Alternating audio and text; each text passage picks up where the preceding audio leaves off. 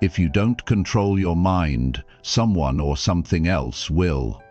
That's not just a quote. It's the truth most people ignore every day. Your mind is the engine behind every decision, every emotion, every habit, and every result in your life. But here's the problem. Most people never learn how to take control of it. They let their mind wander, overthink, hesitate, panic, and spiral. Then they wonder why they feel stuck, tired, or unmotivated. This audiobook is not about motivation that fades after 5 minutes. It's about helping you understand your mind and how to take full charge of it, step by step, choice by choice. You're going to learn how to stop overthinking, how to control your reactions, how to stay calm under pressure, and how to replace weak thoughts with strong ones. This isn't theory. This is the mindset work that transforms lives. If you're serious about getting your life together, you start by controlling what's happening inside your head. Listen closely. This could change everything. Chapter 1. Decide what thoughts deserve space in your head. You wake up every day with thousands of thoughts running through your mind. Some are helpful, some are harmful, and some are just noise. But here's the truth most people ignore. Not every thought deserves your attention. Not every thought should have power over you, and usually it doesn't choose well. See, most people never stop and think about what they're thinking. They don't filter, they accept every thought as real. If a negative thought shows up, they believe it. If a discouraging idea pops into their head, they hold on to it. If an old memory comes back, they let it control how they feel, and this is where the damage starts. When you treat every thought as truth, you hand over control of your life to something unstable. You must learn to decide. You must take that power back. Every thought that enters your mind is not a command, it's not a fact, it's not always useful, it's just a thought. And your job is to step back and ask, does this deserve space in my mind? If you allow every worry, every fear, every doubt, every excuse to live in your head, don't be surprised when you feel stuck, tired, and overwhelmed. Because those thoughts, over time, will wear you down. They'll convince you to play small. They'll keep you distracted, and they'll tell you to settle. You need to stop and think. What is this thought doing for me? Is it helping me grow? Is it keeping me focused? Is it pushing me toward who I want to become? If not, why are you holding on to it? This is not about pretending everything is fine. It's not about ignoring reality. It's about taking responsibility for what you allow into your mental space. Just like you wouldn't let a stranger walk into your home and trash it, you shouldn't let any random thought walk into your mind and stay. Start paying attention. The moment a thought shows up, notice how it makes you feel. If it makes you feel weak, hopeless, angry, afraid, or ashamed, question it. Ask yourself where it came from. Ask yourself if it's based on truth or fear. Ask yourself if it's helping you build the life you want, because thoughts shape actions, and actions shape results. If you keep thinking you're not good enough, you'll start acting like it. If you keep thinking you'll fail, you'll stop trying.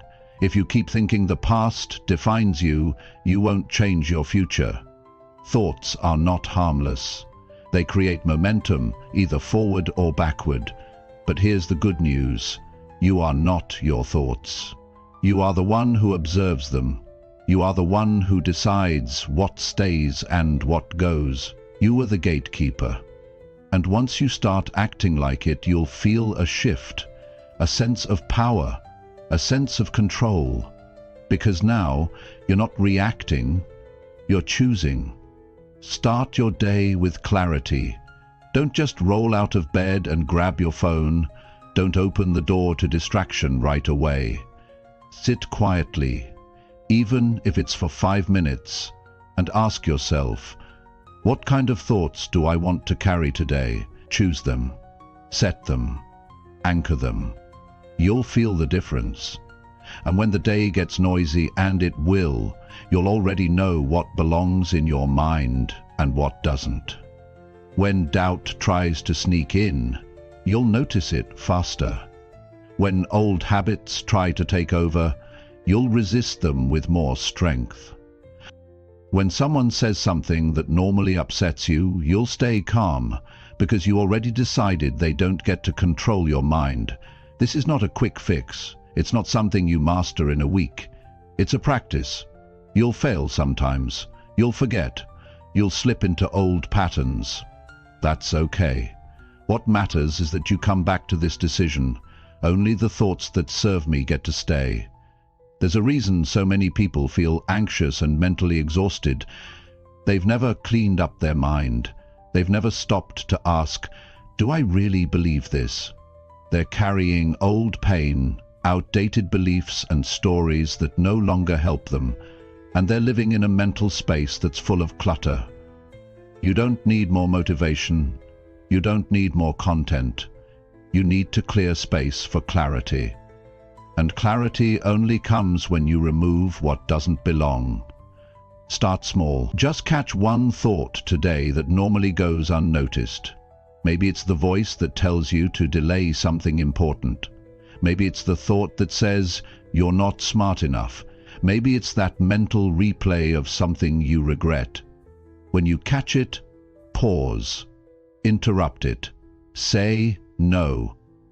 That doesn't belong here. You'll feel uncomfortable.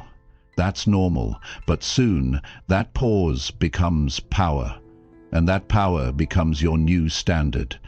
You stop letting your mind run on autopilot, and you start driving it where you want to go. And once you taste that feeling of choosing your thoughts, you won't want to go back. Because for the first time, you're in charge. You're no longer reacting to life with a scattered mind. You're responding with clarity. You're thinking with intention. You're building inner strength, not by accident, but by choice. People often ask, how do I feel better? The real question is, how do I think better? Because your feelings follow your thoughts, and your actions follow your feelings. So if you want better results, you have to think better thoughts. And to think better thoughts, you have to decide what thoughts deserve your time and your energy. You don't have to believe everything your mind says. You don't have to argue with it either. You just need to decide. Keep what lifts you. Keep what moves you forward. Keep what aligns with the person you want to become.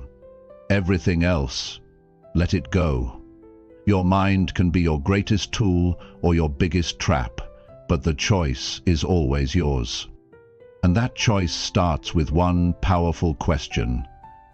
Does this thought deserve to stay? If not, don't give it another second. Replace it with something better, with something stronger, with something that pushes you, grounds you, and reminds you who you are and what you're here to do. Because once you learn to decide what thoughts stay and what thoughts leave, you're no longer controlled by your mind. You're controlling it, and that's where real change begins. Chapter 2. Catch yourself when your mind starts lying again. Your mind is powerful, but it isn't always honest. There are moments when your own thoughts work against you, and if you're not paying attention, those thoughts will shape how you feel, how you act, and how your life turns out. One of the most important skills you can develop is the ability to catch your mind the moment it starts lying to you. It happens quietly. You think it's just another passing idea, but it's not. It's a message that's trying to lower your belief in yourself. It says things like, you're not good enough. You always mess things up. No one cares what you do. Or, it's too late for you. And the most dangerous part? These lies don't come from the outside. They come from within. Most people never stop to question them. They hear the lie and believe it. They repeat it to themselves. They act on it. They live by it. And over time, those lies become their reality, not because they were true, but because they never stopped to check. If you want to control your mind, you have to be alert. You have to develop the habit of watching your own thoughts with clear eyes. The moment your mind tells you something that feels heavy, harsh, or hopeless, pause. That's your signal. That's the moment to stop everything and look closer. Ask yourself, is this thought helping me or hurting me? If it's hurting you, if it's draining your strength, if it's pushing you toward fear or regret, you must challenge it. Because the mind has patterns. It tends to repeat what's familiar. And if you've lived for years with self-doubt or guilt or fear, your mind will return to those patterns, even when you're trying to grow. That's why catching the lie early matters. The longer you let it stay, the more damage it does. It shifts your focus. It messes with your confidence. It convinces you to shrink back instead of stepping forward. And what's worse, the more you obey that lie, the more power it gains. You weren't born doubting yourself. You weren't born thinking you're not enough. Those thoughts came later, from pain, from comparison, from failure. But just because they've been with you for a while doesn't mean they belong to you. You don't owe loyalty to a voice that weakens you. You owe it to yourself to build a new standard. Start watching your inner language. Not just the obvious words, but the quiet ones, the background noise, the thoughts that come when you're tired or stressed or disappointed. That's when the lies sneak in. They don't always shout, sometimes they whisper, and if you're not fully present, you'll believe them before you realize they're not true. You have to interrupt them, you have to speak to them, not with panic but with strength. When your mind says, "You can't handle this," answer back with, "I've handled worse." When it says, "They're better than you," remind yourself, "I'm not here to compete. I'm here to grow." When it says, "You'll never change," say, "I'm already changing. Right now." This isn't about forcing positive thinking. It's about returning to what's real. Lies distort reality. They twist your perspective. They tell you that your worst days define your whole life. They make you forget your strengths, your progress, your courage. But the truth is always stronger if you choose to see it. You have a choice. Every time your mind gives you a message, you can accept it or reject it. You can follow it or fight it. But if you don't choose at all, your mind will choose for you, and it rarely chooses the stronger path unless you've trained it. That's what mental control is. Training. It's catching the lie faster. It's refusing to follow every thought that shows up. It's protecting your inner space like it's your most valuable asset, because it is. You don't have to listen to the voice that criticizes you when no one's watching.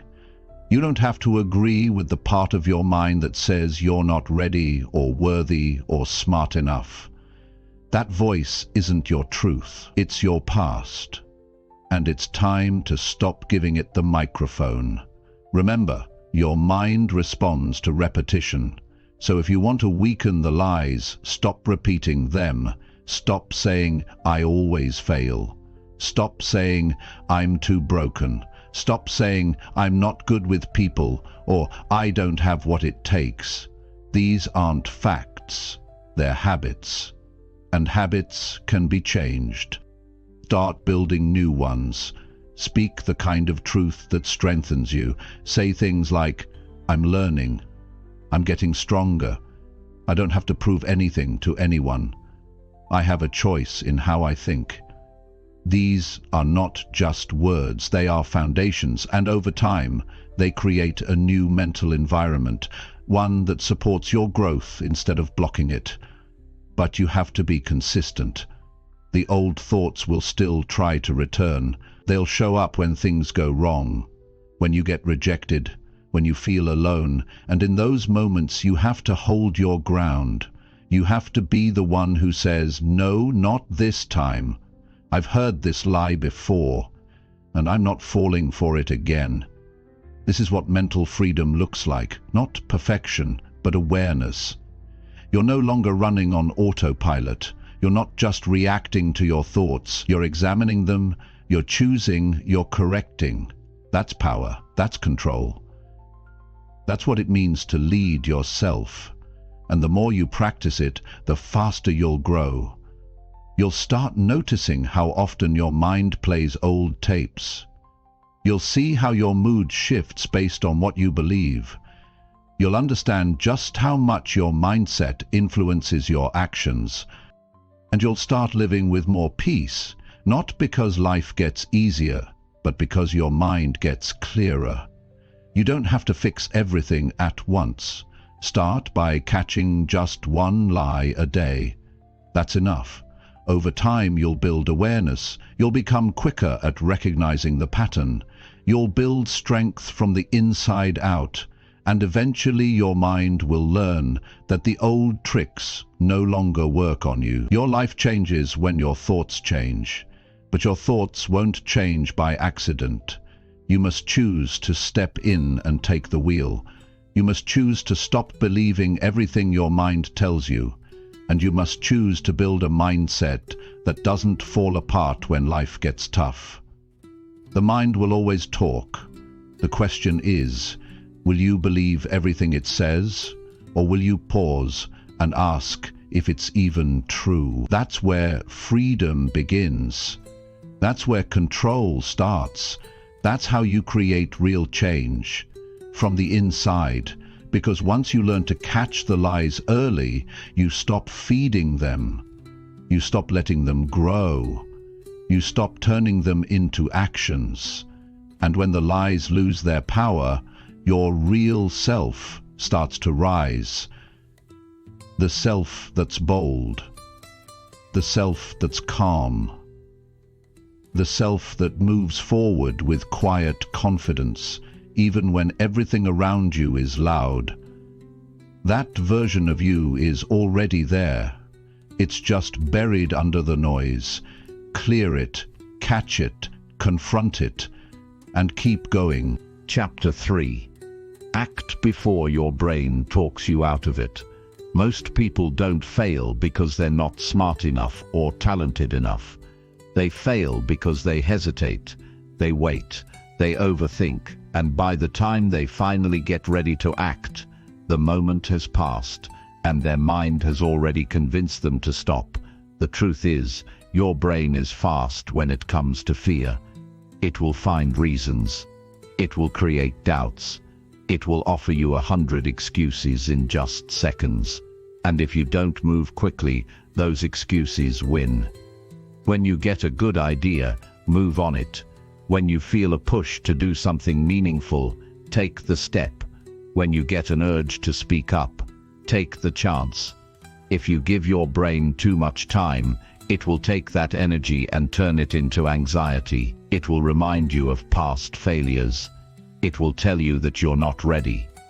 It will make the problem feel bigger than it really is. This is how people stay stuck for years. Not because they don't know what to do, but because they let their mind talk them out of doing it. Your brain's job is to protect you, but it often does this by trying to avoid anything uncomfortable. And growth is uncomfortable. Change is uncomfortable. Taking risks, speaking up, starting new habits, it all feels uncertain. So your brain jumps in and says, let's not do this. It's risky. It might not work. What if you look stupid? And if you pause for too long, you'll start to agree. That's why you have to act before your brain takes over. Not carelessly. Not without thought, but without letting fear take the steering wheel. Because once fear starts driving your choices, your life gets smaller. You stay in the same routines, the same habits, the same patterns. You start avoiding life instead of engaging with it. You need to understand how quickly the mind can turn a good decision into self-doubt. You say you'll go to the gym. The mind says, it's late, you're tired. One day off won't hurt. You plan to speak up in a meeting. The mind says, You might say the wrong thing. Just stay quiet. You want to start your side business. The mind says, you don't know enough. Someone else is already doing it better. That's how fast it works. And the more you listen to it, the more it wins. But when you act fast, when you move before the fear takes over, you interrupt that process. You cut the pattern. You stop the doubt before it multiplies, and you train yourself to lead your mind, instead of being led by it. People often wait for motivation to act. They say things like, I'll do it when I feel more confident. But confidence doesn't come before action. It comes after. You build it by doing the hard thing. You build it by showing up even when you don't feel ready. The mistake is waiting until everything feels right. That moment rarely comes. The timing will never be perfect. You have to stop waiting and start doing. Think of how many opportunities you've missed. Not because you didn't have what it takes, but because you waited too long. You hesitated. You let the thought sit in your mind until it got distorted. You went from excited to nervous, from ready to uncertain, and all of it happened in your head. This is why action is powerful. It resets your focus. It pulls you out of the mental spiral and into real life. It gets you moving forward. Even a small action is better than none. Because once you act, momentum builds, and momentum creates belief. The people who grow the fastest aren't the ones who know the most. They're the ones who take action, while others are still thinking about it. They feel fear too. They have doubts, but they don't let those doubts make their decisions. They move first, then figure it out as they go. You have to stop giving your mind time to build fear around your goals. Stop sitting in your head for hours, planning and replanning. You already know what you should do. Deep down it's clear. What's missing is move. And when you move, even slightly, you start building the life you keep thinking about. When you get an idea that excites you, act within the first few minutes. Even if it's just writing it down or making a phone call, that quick action tells your brain, I'm serious about this. It builds trust with yourself. The more you do it, the more you prove that you follow through, and that changes everything. It's not about being impulsive. It's about recognizing that delay creates mental resistance. The longer you wait, the heavier it feels. That's why some people feel stuck all the time. Their brain has built so many layers of excuses that even the smallest task feels like a mountain. The only way to break that is to act before the excuses get loud. You can practice this in daily life. When your alarm goes off in the morning, get up without a debate. When you think of calling someone you've been avoiding, do it before you change your mind. When you want to start that workout, begin with 5 minutes before your brain talks you into skipping it. Each time you act without delay, you take back control. You start teaching your brain that you're not going to be bullied by hesitation. You start creating a new identity. Someone who moves. Someone who leads. Someone who doesn't wait for the perfect feeling to take the right step. That kind of mindset creates results. You don't have to be fearless. You just have to stop giving fear the final say. You don't have to feel strong every day. You just have to move before your weakness takes over. And you don't need anyone else to believe in you. You just need to prove to yourself that you'll take action when it matters. This one change, moving before your brain convinces you not to, can shift everything. It can change your confidence. It can change your energy. It can change your habit, because now you're leading your life, not reacting to it. Think of how your days would look if you stopped overthinking and just followed through. Think of how much progress you'd make in 30 days if you didn't wait for the right move. Think of how much stronger you'd feel if you trusted your decisions enough to act on them fast. This isn't about rushing. It's about not freezing. It's about catching that short window of energy and using it before fear drains it. That window is small, but if you train yourself to notice it and move on it, you'll start breaking patterns that have held you back for years. You have more strength than you think, but you'll never feel it until you start using it. Action brings that strength to the surface. It reminds you what you're capable of, and it shows you that your mind is not the enemy. It's just a tool, one that you must direct. So stop waiting for permission. Stop waiting for perfect timing. Stop waiting for everything to make sense. Choose to act before your brain shuts the door. Choose to take the first step, even if it's small. That's how growth begins, not with perfect plans, but with bold movement. You already know what to do. Don't let your thoughts talk you out of your future. Move now. Move forward. Move before the noise starts, and you'll start building the kind of life most people only think about. Chapter 4. Stop letting your mood control your next move.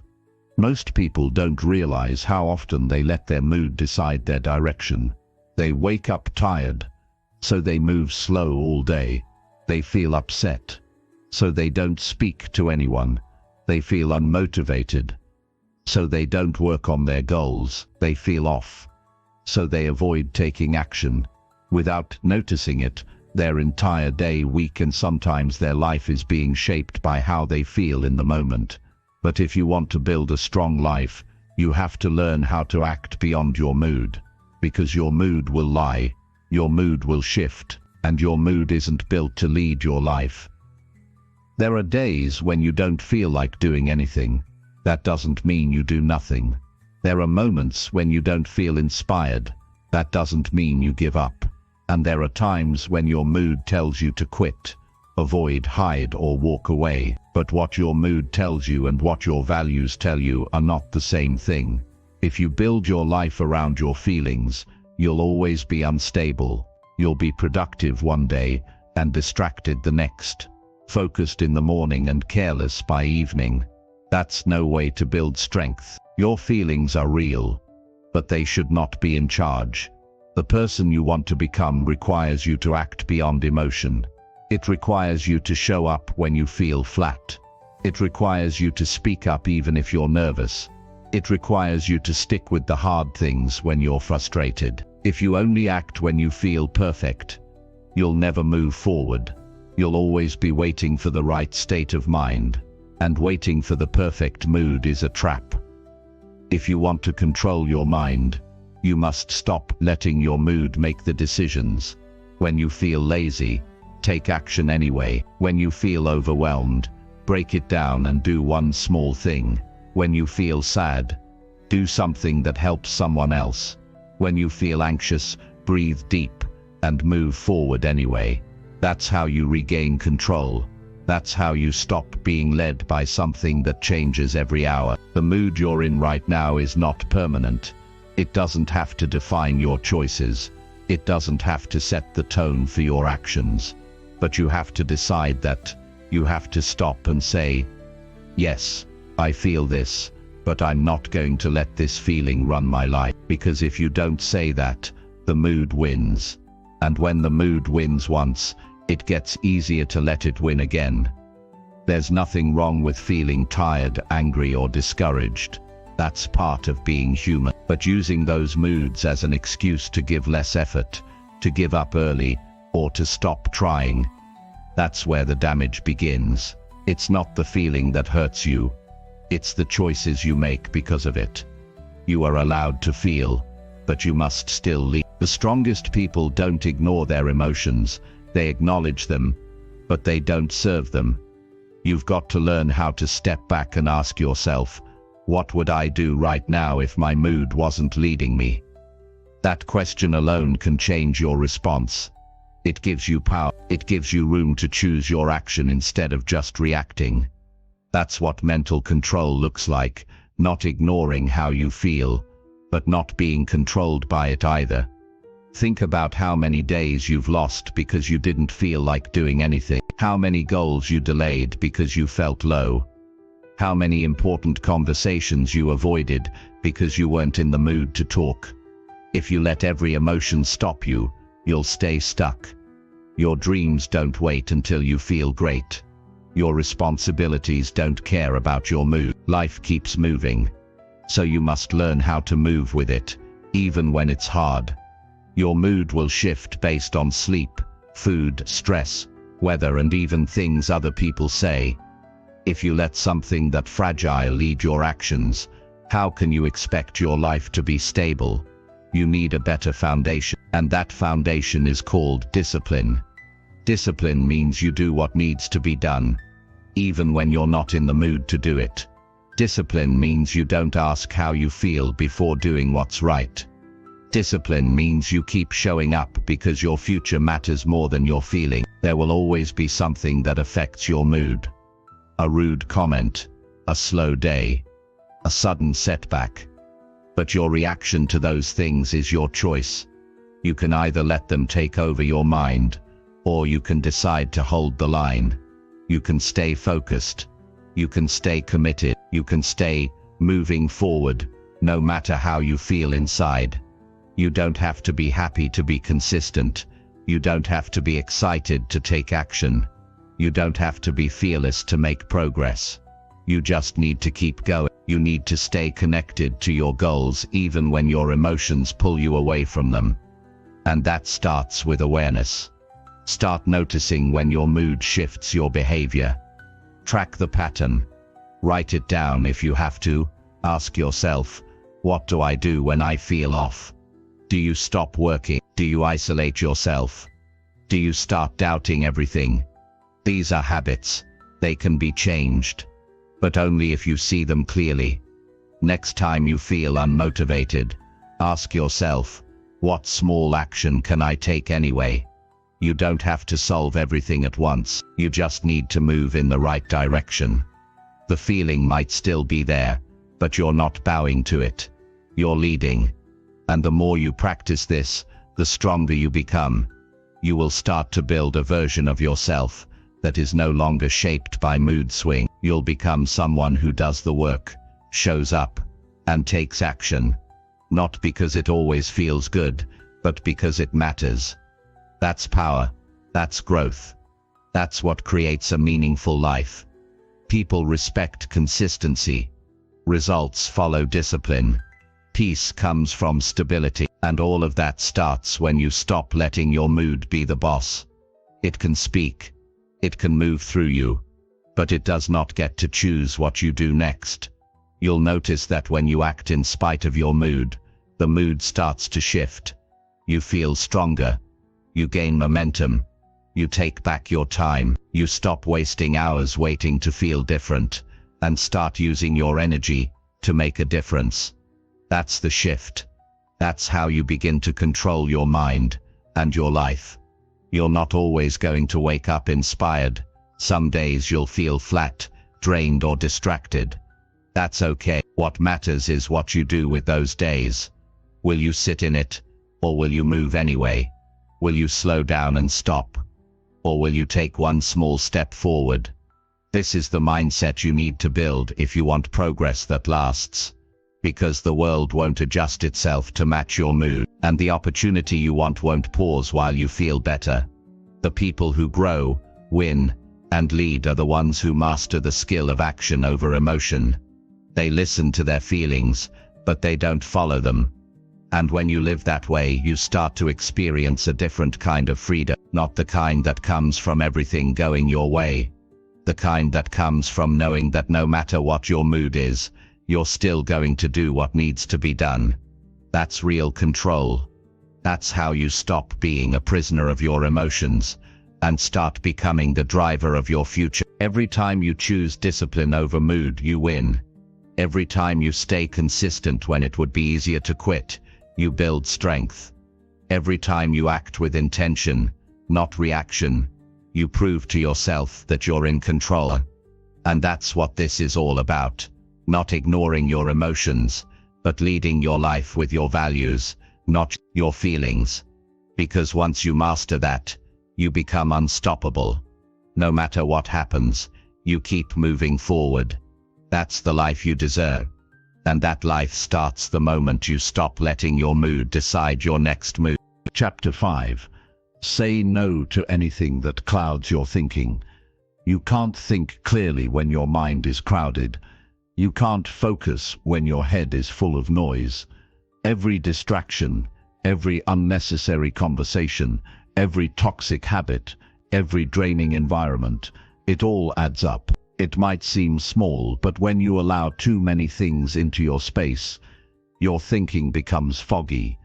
And when your thinking is foggy, your decisions suffer, your clarity disappears, your energy drops, and the worst part is, most people don't even realize what's clouding them, because they've been living that way for so long. It feels normal. If you want control over your mind, the first step is saying no to what doesn't belong. Not maybe, not later.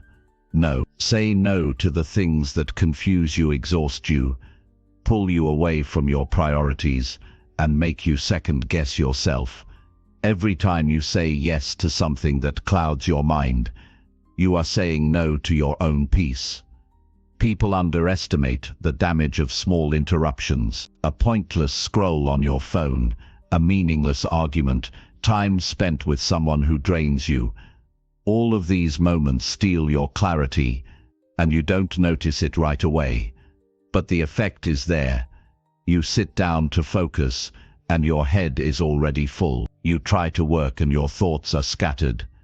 You try to be calm, and you feel tension. You can't explain. This is the price of saying yes to too much. You need to protect your mental space like it matters, because it does. Your thoughts shape how you feel, and how you feel shapes what you do. If your thinking is cloudy, your life will reflect that. You'll make rushed choices. You'll miss what's important. You'll lose your sense of direction. That's why mental clarity isn't a luxury. It's a necessity. To get clarity, you have to make space for it. That means removing what doesn't serve you. And most of the time, that starts with boundaries. Saying no to gossip, even when everyone else is listening. Saying no to events that you know will leave you drained. Saying no to habits that waste your time and give you nothing in return. Not because you think you're better, but because you know your mind is too valuable to be filled with junk. People might not like your boundaries. That's okay. You're not responsible for their reaction. You're responsible for your focus. And if someone truly supports your growth, they'll respect your decision to protect it. If they don't, that tells you what you need to know. There's a cost to being available to everyone and everything. And the cost is your mental energy. Every yes adds another thing to think about, worry about, manage, or recover from. Eventually, your mind is so packed with noise that you can't even hear your own voice. That's when you start to feel lost. Not because you don't know who you are, but because you've been too distracted to listen. Saying no isn't rejection, it's direction. It's the way you carve a path that's clean, quiet, and focused. It's the way you regain your ability to think straight, because when your mind is clear, your confidence grows. You can make decisions faster. You can trust yourself more. You can hear your own thoughts without the interference of everyone else's opinions. Think about the times when you felt your best, not just emotionally, but mentally. Most likely, those were moments when your mind was quiet, your path was clear, and your time was spent on things that mattered. That's not a coincidence. That's what happens when you protect your thinking. The more you allow in, the more you lose control. So you have to be strict, not harsh, but intentional. Ask yourself often, is this helping me think better, or making things worse? It might be a conversation, a video, a piece of news, or even a routine you've never questioned. If it adds confusion or chaos to your life, It's time to say no. Simplicity is not laziness, it's power. When your mind is free from clutter, your ability to focus and perform improves. You become more grounded. You waste less energy. You make better choices, and you feel more at peace. Not because your life is perfect, but because your thinking is no longer being pulled in every direction. It's not just about cutting things out, it's also about being careful with what you let in. You have to be intentional with the conversations you have, the content you consume, the people you give your time to, and the environments you stay in. Everything you allow into your space either sharpens your mind or fogs it. There's a lot of noise in today's world, a lot of pressure to stay connected, involved, informed, and entertained. But just because something is popular doesn't mean it's right for your mind. You have to pause and ask yourself, what do I really need right now? And most of the time what you need is less, not more. Your brain can't work properly when it's overloaded. Just like a room feels tight when there's too much furniture, your mind feels heavy when there's too much noise. You have to clear out the non-essential. That means removing distractions, tightening your focus, and saying no to anything that doesn't align with your goals. Sometimes the things clouding your mind are habits you've been carrying for years. Staying up late scrolling through things you don't need. Checking your phone every few minutes. Listening to people who always bring stress into your day. These things become normal until you step back and realize how much mental space they're taking up. You don't owe anyone unlimited access to your energy. You don't owe every notification your immediate attention. You don't need to be part of every conversation. You have a right to silence. You have a right to focus. You have a right to protect your thinking. The stronger your boundaries, the clearer your mind. And the clearer your mind, the more powerful your life becomes. Because now you're not reacting to chaos. You're building your path. You're not drowning in noise. You're thinking with intention. And that kind of thinking leads to action. That's smart, steady, and aligned with your purpose. You can start today. Choose one thing that's been clouding your mind. Maybe it's a social media habit. Maybe it's a person who always brings drama. Maybe it's a routine that leaves you mentally exhausted. Decide that it no longer has space in your day. Say no to it. Replace it with something cleaner, something quieter, something that allows you to breathe, reflect, and move forward with clarity. It doesn't have to be dramatic. It just has to be real. Every small step you take to clear your mental space adds up. Over time you'll feel it. The calm, the control, the sharpness. You'll notice you're thinking better, acting smarter, and feeling stronger. Not because your life is easier, but because your mind is cleaner. And when your mind is clean, your choices improve. When your choices improve, your habits improve. When your habits improve, your life changes. That's the power of saying no to what clouds your thinking. You don't need more things to think about. You need fewer things, with more meaning, fewer opinions, fewer distractions, fewer unnecessary tasks, and more space to think for yourself, to make decisions with purpose, and to live from your own values, not someone else's noise. So make it your mission, not to add more but to subtract what doesn't belong. Say no often. Say it without guilt. Say it for your focus, your peace, your power, because a clear mind is a strong mind, and a strong mind leads to a life that's built with clarity, not confusion. That's how you take control. That's how you protect your future. That's how you lead your life with intention, every single day. Chapter 6. Do what strengthens you, not what feels easy. Most people spend their days chasing what feels easy. They choose comfort, They choose the shortcut. They avoid pressure, and over time, that becomes their identity. Someone who takes the safer route, someone who stops when things get difficult, someone who stays where it's familiar even if it means staying small. The problem is, growth doesn't live in ease. Growth lives where things challenge you, and if you want to control your mind, you have to stop asking what's easier and start asking what will make me stronger. Every decision you make either builds your strength or weakens it. When you avoid the hard conversation, you weaken your communication. When you skip the workout because you're tired, you weaken your discipline. When you stay quiet when you should speak, you weaken your confidence. When you give in to your urges, you weaken your self-respect. It's not about one big moment. It's all the small moments where you choose what's comfortable instead of what's right. And those choices add up. You don't grow by doing what you've always done. You grow by stepping into what tests you, what stretches you, what demands something new from you. That's where real change happens. It's not glamorous. It's not always exciting. In fact, it's often frustrating. But that frustration is where strength is built.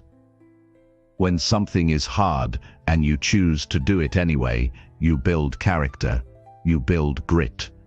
You prove to yourself that you're not controlled by convenience. The easy path always looks attractive at first. It saves time, it feels safe. It keeps your ego untouched. But it costs you in the long run. It keeps you average. It keeps you hidden. It keeps you dependent on external rewards. When you only do what feels good, you never develop the muscles you need to handle life's demands. People often say they want confidence, they want power, they want respect. But you don't earn those things by following ease. You earn them by doing what's hard, especially when no one is watching. You earn them by doing the stoic when your body says no. By making the call when you feel afraid, by finishing the project when you're tempted to quit. That's how you earn self-trust. That's how you become mentally strong. It's not something someone gives you. It's something you build through actions that hurt in the moment, but help you long-term. Your brain is wired to seek comfort. It wants to keep you safe. It wants to protect your energy. It doesn't want you to feel stress, pain, or fear. But that system, if you follow it blindly, will keep you small. It will trap you in cycles of low effort, low reward, and low belief in yourself. You must learn to lead your brain instead of being led by it. That starts by choosing what strengthens you.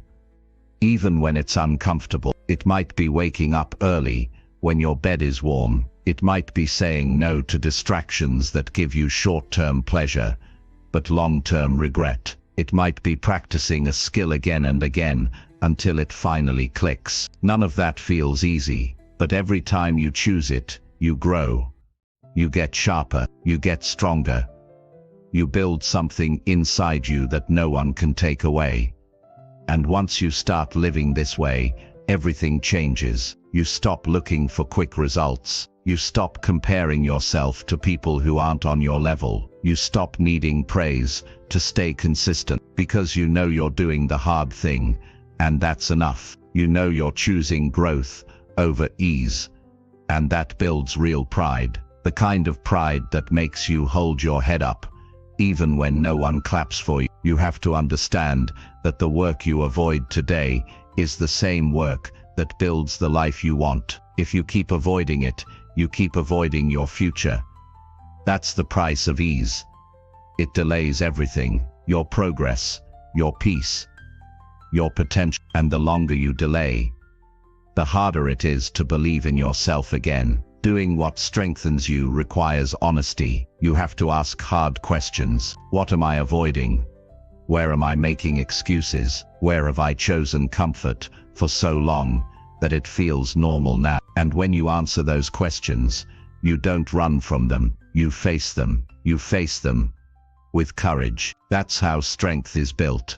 not in comfort, but in truth. There's no perfect time to start doing the hard things. The right time is now. The longer you wait, the louder your mind will get. It'll remind you of how hard it is. It'll tell you to wait until you're more ready. But readiness isn't a feeling, it's a choice. You don't wait for it, you become it through action. And here's what's powerful. Once you start choosing strength over ease, it becomes your new standard. You begin to expect more from yourself. You stop settling for average effort. You build routines that push you forward, instead of ones that keep you stuck. And when challenges show up, you don't panic. You've trained for them. You've already chosen the hard road. So now, when life gets heavy, you can carry it. There's something deeply fulfilling about doing what's difficult. You lay your head down at night with peace, not because everything is perfect, but because you gave your best. You didn't take the shortcut. You didn't run from discomfort. You did what most people won't. And that builds a sense of respect that no praise can match. Think about the strongest people you admire, the ones who inspire you, the ones who seem unshakable. They didn't get there by following comfort. They got there by making sacrifice, by putting in work no one saw, by choosing the path that required effort, patience, and discipline. If you want that kind of life, you have to make those kinds of choices. Your future depends on what you choose today. And every day, you get to decide, will I choose what strengthens me, or what feels easy right now? One leads to progress, the other leads to regret. Don't fool yourself into thinking ease is harmless. It chips away at your belief, your drive, and your momentum. But when you do the hard thing, even for just a few minutes, you take that power back. Start where you are. You don't need to overhaul your life overnight. Just pick one thing each day that's hard but meaningful. One habit, one decision, one commitment, and stick with it. Not because it feels good, but because it builds something valuable inside you. And as you repeat that, your mind changes, your identity shifts. You're no longer someone who avoids the tough stuff. You're someone who runs toward it. You become someone you can trust. And that's the reward of doing what strengthens you. You build inner stability. You grow into someone who doesn't collapse when things get rough. Because your strength wasn't built in perfect conditions. It was built in struggle, in silence, in moments where no one noticed. But you showed up anyway. So make the choice, not once, every day. Choose the workout. Choose the hard conversation. Choose the discipline. Choose the extra effort. Because every time you do, you separate yourself from the crowd. You step into the life most people won't experience. Not because they can't, but because they keep chasing what's easy. You know better now. You know what ease costs, and you know what strength gives. So build that strength. Use your time wisely. Respect your potential. Take control of your mind by making it your ally, not your excuse. And let your actions show the world exactly who you are. Someone who doesn't settle for what's easy, but who rises for what's right. Chapter 7. Ask yourself why you keep avoiding hard things. It's easy to say you want to improve your life. It's easy to write goals down and talk about big plans, but none of that matters if you keep avoiding the hard things. The question you need to ask, honestly and without excuses, is why. Why do you keep running from the work that will change you? Why do you keep putting off the steps that will actually move your life forward? Until you answer that, nothing else will shift. Most people avoid hard things, not because they can't do them, but because they're uncomfortable with the feelings that come with them. Pressure, uncertainty, failure, embarrassment.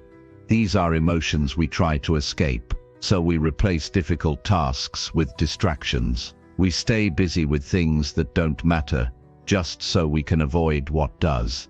We convince ourselves we're being productive, when deep down, we know we're just hiding. You might avoid challenges because you've failed in the past, and you're afraid it will happen again. Or maybe you've tied your self-worth to performance, and you can't stand the thought of not being perfect. Maybe you're so used to staying safe that stepping into something hard feels threatening, even if it's what you need most. But here's the truth.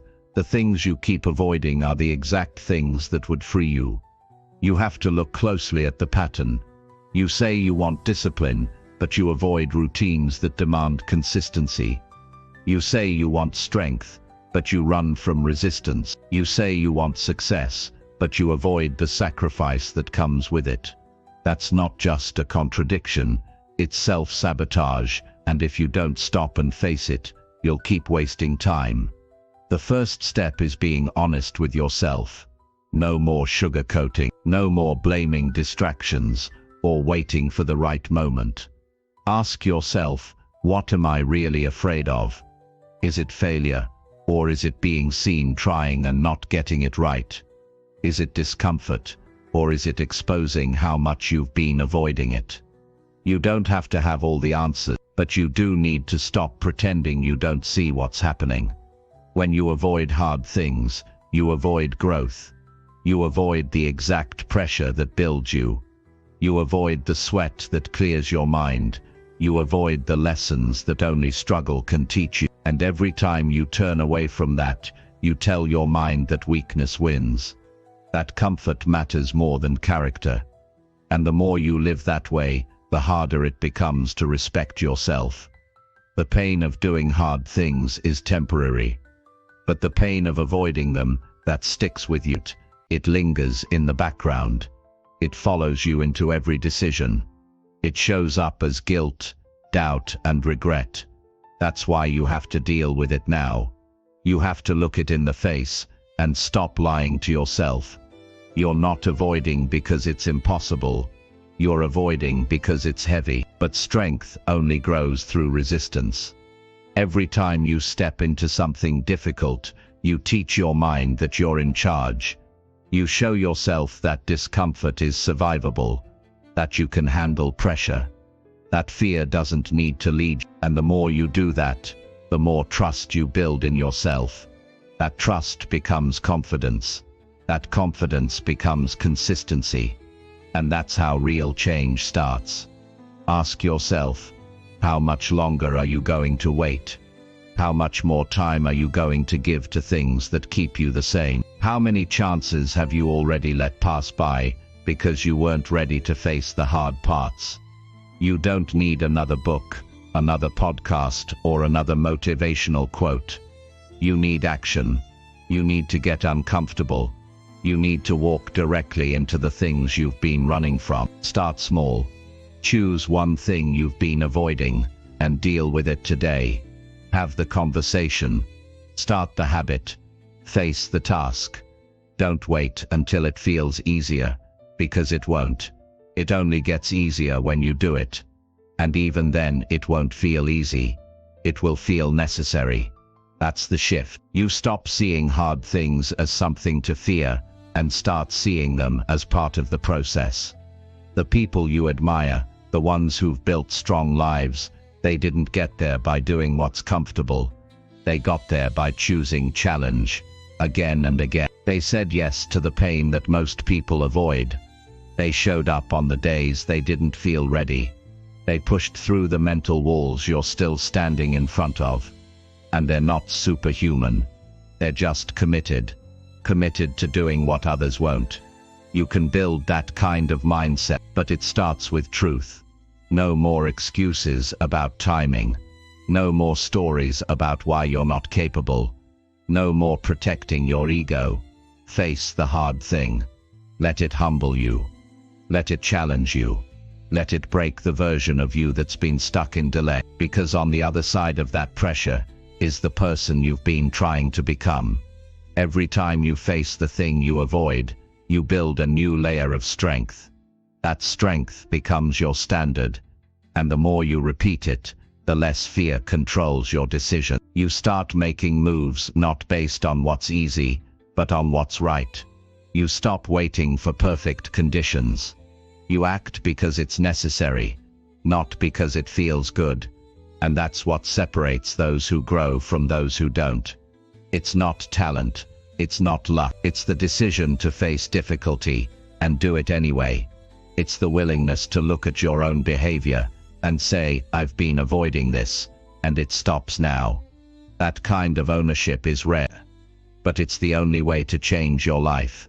You don't need to be perfect. You don't need to feel confident. You don't need to be fearless. You just need to stop running. You need to sit with the discomfort you've been avoiding, understand where it comes from, then decide that it doesn't get to run your life anymore. That decision alone is a turning point. From that point forward, you live differently. You think differently. You stop building your days around comfort and start building them around purpose. You stop asking, "What's easiest?" and start asking, "What will make me stronger?" You stop avoiding and you start confronting. And once you start confronting the hard things, you'll realize something powerful. They weren't as scary as your mind made them out to be. They were just unfamiliar. And now that you've faced them, you're not the same. You're sharper. You're braver. You're in control, not of the world, but of yourself. And that's where real power begins. So ask yourself, not just once, but often, why do I keep avoiding hard things? Be honest about the answer, then do something about it. That's how you take back control. That's how you earn your own respect. That's how you build the kind of life that doesn't fall apart when things get hard. Because you've already trained for hard. You've stopped running, and you've chosen to run. Chapter 8. Slow down your mind when it starts racing. There will be moments in your life when your mind feels like it's running faster than you can control. One thought leads to another, then another, until you're caught in a rush of worry, pressure, and mental noise. You start imagining everything that could go wrong. You overanalyze conversations. You rehearse outcomes that haven't even happened. And the more you try to think your way through it, the louder your thoughts become. That's when you need to slow everything down. Not later, not tomorrow, right now. Because when your mind starts racing, it becomes almost impossible to think clearly, act wisely, or feel grounded. When your head spins, you disconnect from the present. Your body is here, but your thoughts are somewhere else. You can't focus. You can't make clear decisions. You can't breathe right. Your chest feels tight. Your heart might speed up. Your shoulders tense. You feel like you have to fix everything at once.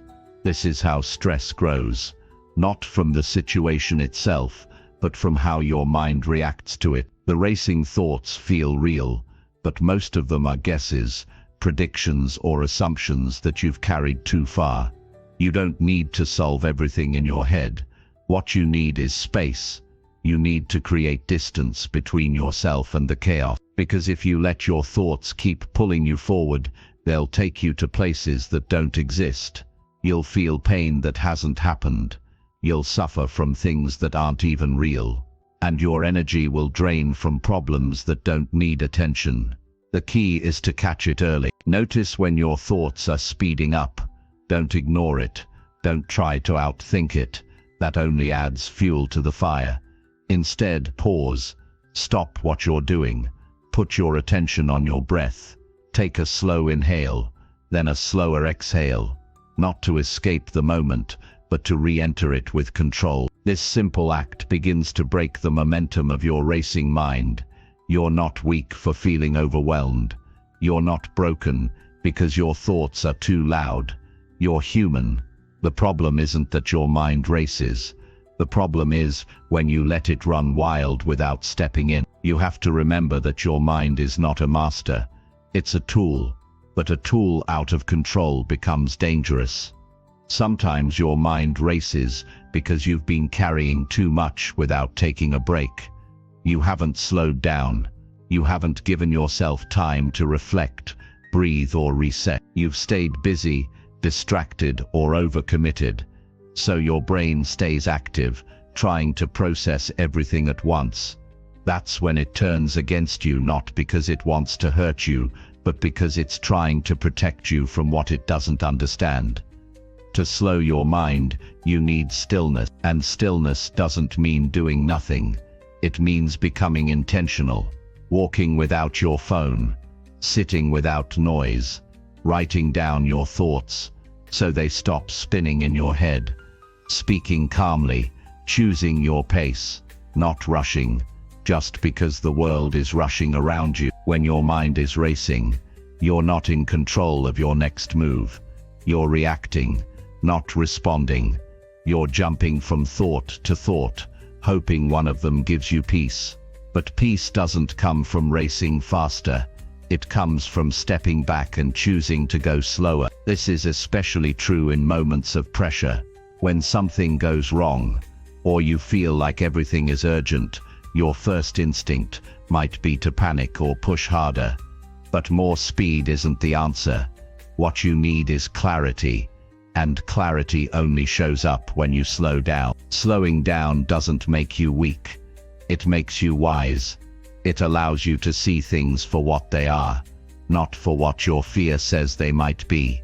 It gives you time to check your thoughts, separate truth from assumption, and take action that aligns with who you want to be. Sometimes your mind is racing because you haven't been honest with yourself.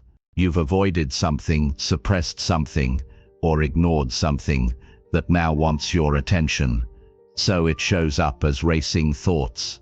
It's your mind's way of saying, look here, deal with this. But instead of facing it, you try to drown it in noise, tasks, or overthinking. You have to be brave enough to listen, sit in silence, and ask yourself, what am I really feeling? Not just the surface emotion. Go deeper. Are you afraid? Are you avoiding a decision? Are you pretending something is fine when it's not?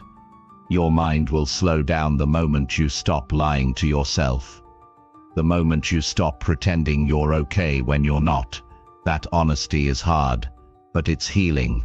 Slowing your mind also means choosing what you focus on. You can't control every thought, but you can decide which ones deserve your attention. If your mind throws out 100 worries, you don't have to entertain them all. You can acknowledge the thought and let it pass. Not everything that enters your head needs to be held. You can build this muscle daily. Start with your mornings. Don't check your phone the second you wake up. Don't scroll through headlines before you've even grounded yourself. Give your mind a calm start. Stretch, breathe, think of one thing you want to focus on for the day. Keep it simple. That sets the tone. Throughout your day, pay attention to how your body feels. Your body is often the first signal that your mind is racing. Are you clenching your jaw? Is your stomach tight? Are your hands restless? That's your cue. Slow your pace. Step away from the screen. Take a few breaths. It takes less than a minute to reset, but that 1 minute could save your whole day from spiraling. You also have to stop feeding the rush. Stop multitasking every second. Stop forcing decisions when you're mentally exhausted. Give yourself permission to pause, to walk slowly, to speak slower, to do one thing at a time. It feels foreign at first, especially if you've built your identity around being productive. But real productivity isn't about speed. It's about presence. And you can't be present if your mind is somewhere else. There's no shame in stepping back, in saying right now I need space to think. You don't owe instant replies. You don't have to fix everything today. You don't have to figure out your entire future by the end of the week. Slow your mind, and you'll start to see options where you once saw problems. You'll begin to notice solutions that were hidden behind panic. Slowing down is not something you do once. It's something you learn to return to, over and over. When things get loud, you don't have to join the noise. When thoughts get fast, you don't have to run with them. You can pause, breathe, and choose. That's your power.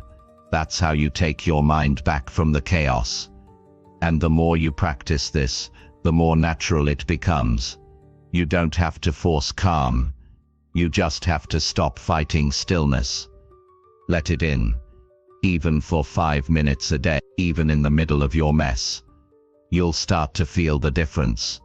Not because the world slows down, but because you've learned how to slow down inside of it. There is strength in silence. There is control in calm. There is wisdom in waiting before reacting. And once you experience the peace that comes from slowing your mind, you'll wonder why you ever gave your power away to racing thoughts. You'll stop chasing every anxious idea. You'll stop overthinking every small issue. And you'll start living with more focus, more intention, and more peace. You don't need to escape your mind. You just need to lead it. And leading it means knowing when to step in and slow it down. That is real control. That is what gives you the strength to move forward. Not in panic, but with purpose. Not in fear, but with calm awareness. That's how strong minds are built. One slow breath at a time. Chapter 9. Let go of thoughts that drain your drive. There are thoughts that give you energy, focus, and strength, and there are thoughts that take all of that away. If you don't take control, the ones that drain you will begin to run your life. These thoughts don't shout. They don't always arrive in moments of crisis. They creep in quietly and stay longer than they should. They show up as doubt, comparison, regret, shame, and fear. And if you hold on to them, they will wear down your drive until you have nothing left to give. That's why you have to learn how to let them go. Not just once, but every single time they show up. It starts with recognizing them. You have to know what a draining thought sounds like. It's the voice in your head that tells you it's too late for you, that you've missed your chance, that no matter how hard you try, it won't be enough. It reminds you of everything that went wrong. It tells you to settle. It says you're falling behind. These thoughts don't help you grow. They paralyze you. They don't keep you grounded. They hold you down. You can't afford to keep entertaining them like they're facts. You need to treat your mind the same way you treat your home. If something doesn't belong there, you remove it. You don't argue with it. You don't make room for it. You don't decorate around it. You clear it out, because your mind has a limited amount of space and attention. And if you fill it with thoughts that drain you, there's no room left for thoughts that drive you. Letting go doesn't mean pretending you never feel discouraged. It doesn't mean ignoring your emotions. It means being honest about what's helpful and what's harmful. If a thought leaves you stuck, tired, anxious, or numb, it doesn't deserve a permanent place in your head. You owe it to yourself to replace it with something stronger. Not something fake, something better. Something that reminds you that you are capable, that you've made progress, that you still have control over what happens next. A big reason people stay unmotivated is because they don't even realize how much of their energy is being stolen by these thoughts. Every time you dwell on what went wrong, you lose focus on what could go right. Every time you replay the past, you lose the present. Every time you tell yourself a story about why you can't, you stop looking for ways to try. You don't need that noise anymore. It's not helping you. It's not protecting you. It's just dragging you down. To let go of a thought, you have to first separate it from truth. Not everything you think is accurate. Just because a thought feels heavy doesn't mean it's real. You might believe you're behind in life, but who told you that? What are you comparing it to? You might think you're not doing enough, but have you actually looked at how far you've come? These thoughts often go unchallenged. You accept them as truth when they're really just habits. You must interrupt that cycle. Every time a draining thought shows up, pause. Don't react. Don't agree with it right away. Question it. Ask yourself, is this thought useful? Is it pushing me forward or pulling me down? Is it helping me become stronger or convincing me to give up? Most of the time, you'll realize it's doing nothing for you, and once you see that, it becomes easier to release. Letting go also means you stop revisiting things you can't change, the decisions you regret, the people who hurt you, the mistakes you made. They've already happened. Holding on to them doesn't fix them. It only keeps you stuck. You're trying to move forward while carrying weight that doesn't need to be there. It's time to put it down. You can acknowledge the past without living in it. You can learn from it without letting it define your future. Your drive depends on what you feed your mind. If you feed it with thoughts of failure, fear, and self-pity, don't be surprised when your motivation disappears. But if you feed it with reminders of your strength, your goals, your purpose, you'll feel a shift. You'll start showing up differently. You'll stop needing outside motivation because your inner fire is burning again. Letting go is not a one-time event. It's a skill, and you get better at it with practice. Some thoughts will return. That's normal. What matters is that you stop letting them stay. Don't fight them. Don't panic. Just redirect your focus. Choose something better. Something that aligns with the person you want to become. That one shift can change everything. You also need to be mindful of who and what you expose yourself to. Some thoughts aren't yours. They're the result of the people you're around, or the content you consume. If you're always hearing negativity, if you're constantly surrounded by complaints and fear, those messages will live in your mind whether you want them to or not. Be selective. Be intentional. Choose inputs that fuel your mindset instead of draining it. Your mind responds to what you repeat. So if you've been repeating thoughts that say, "I can't, I'm tired, it's too hard," then of course you'll feel unmotivated. That's what you've been conditioning yourself to feel. But the moment you start choosing new thoughts, like "I'll figure it out, one step at a time, I'm capable even if it's hard," your entire energy shifts. That's not fake positivity. That's strength. That's focus. That's control. It's not about pretending bad things don't exist. It's about deciding which things you will carry in your mind. You can acknowledge difficulty without giving up your drive. You can experience setbacks without holding on to hopelessness. Letting go means making peace with what was, so you can fully engage with what is. It means choosing clarity over confusion, direction over doubt, movement over stagnation. You are not your thoughts. You are the thinker. You are the one who chooses what stays and what goes. You have the authority to clear the mental clutter and fill that space with purpose. But it won't happen on its own. You have to be intentional. You have to say, "This thought doesn't serve me and I'm done letting it live here." You'll feel resistance. You'll feel tempted to revisit the same old thoughts. That's okay. You're not trying to be perfect. You're trying to be aware.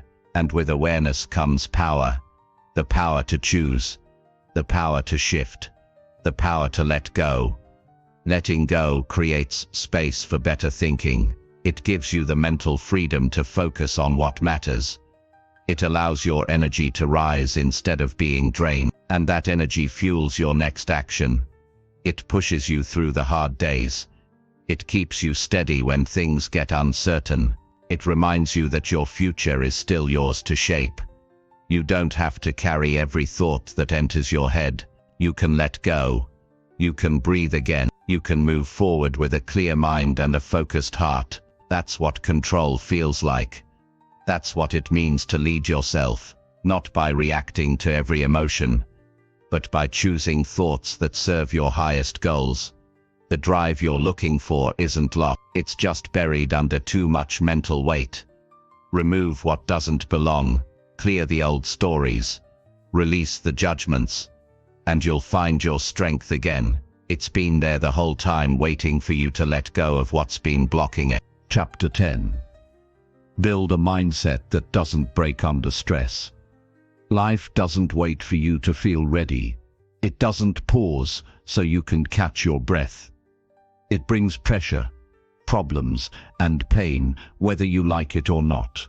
The real question is not whether life will test you, it's whether your mind will hold steady when it does. Because when stress shows up, and it always does. Some people shut down and others rise. The difference isn't intelligence or background or luck. The difference is mindset. A mindset that breaks under stress will always struggle, but a mindset that stays calm, clear, and steady, that mindset builds strength, even under pressure. You're not supposed to avoid stress completely.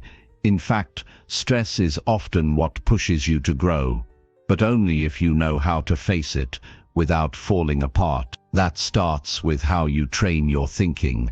If your mind is fragile, it will crack the moment something doesn't go as planned. If your mind is scattered, stress will take over your entire day. If your mind is filled with fear, you'll retreat every time life demands more from you. But if you build a mind that knows how to stay centered, you stop being thrown around by every challenge that shows up. A strong mindset doesn't come from avoiding hard things. It comes from doing them again and again. It comes from staying calm when you're frustrated, staying focused when things feel unfair, and showing up even when everything inside you wants to give up. That's not talent. That's practice. Every time you face discomfort and don't quit, your mind becomes harder to break. Every time you push through doubt without stopping, you create a new standard for yourself. Most people crack under pressure because they've never trained for it. They've lived too long in comfort. They avoid conflict. They run from mistakes. They wait until everything feels right. But life doesn't reward that mindset. Life rewards the ones who can keep thinking clearly when everything feels chaotic. The ones who don't lose themselves when plans fall apart. That kind of mental stability comes from decisions you make every day. When something stressful happens, what's your first reaction? Do you panic? Do you blame? Do you shut down? These are signs that your mind needs strengthening. A strong mindset doesn't react emotionally to everything. It observes first. It asks, what can I control right now? It doesn't waste energy fighting things that can't be changed. It focuses on action, not overthinking. You build this mindset by choosing how to respond in small moments. When you're running late and traffic builds up, do you explode or do you breathe and adjust? When someone criticizes you, do you defend yourself with anger or do you stay composed and think through it? When you're overwhelmed, do you avoid everything or do you break it into parts and start small? These everyday choices are where strength is built, not in theory, but in action. Mental toughness is not about pretending you don't feel pressure. It's about not letting that pressure break your focus. It's knowing that emotions will come, but they don't have to control your next move. It's learning how to sit with discomfort and still make wise decisions. You won't always feel strong, but you can always act strong. That's where growth begins. A big part of building a mindset that doesn't break is learning to manage your thoughts under stress. Your mind will race. It will throw worst-case scenarios at you. It will tell you to give up, but you don't have to believe it. You can stop. Breathe. Question those thoughts and choose a new one. One that says, this is hard, but I'm still capable. One that says, I've made it through worse. One that says, right now I need to focus on one step forward. Don't wait for motivation. Don't wait to feel ready. Learn to take action while stress is present. That's the skill. Anyone can act when life is easy. But when things get messy and uncertain, that's when you see who's trained their mind and who hasn't. Be the person who keeps going even when it's uncomfortable. Be the one who leads yourself through the storm. And don't think strength means being emotionless. You can feel tired. You can feel frustrated. You can even cry if you need to. That doesn't mean you're weak. It means you're human. What makes you strong is your ability to keep showing up with clarity, to keep moving forward, without letting those emotions make your decisions for you. You also have to stop expecting life to be smooth. That's one reason people get overwhelmed. They think stress means something is wrong, but stress is part of the process. It's a sign that you're stretching, that you're growing, that you're stepping into more responsibility. If you reframe it that way, it stops feeling like an enemy. It becomes a signal, a challenge you're capable of meeting, not something you have to escape. Start preparing your mind daily. Don't wait for stress to show up before you build the habits that protect you from breaking. Spend time in silence. Reflect on what matters most. Build routines that give you control over your energy. Learn how to pause before reacting. Practice thinking through pressure, even in small things. That way, when life hits hard, and it will, you're not shaken. You've already trained for this. Strong people don't avoid difficulty. They've just faced it enough times to know it won't destroy them. You can have that same strength. You just need to stop running from challenges and start using them as your training ground. Each time you handle stress with a calm mind, you gain a little more power, and over time, that adds up to a mindset that can't be broken. You won't always have perfect answers. Sometimes you'll make mistakes. Sometimes you'll feel lost. That's okay. Strength doesn't mean never falling. It means standing back up with more wisdom. It means not quitting on yourself just because things are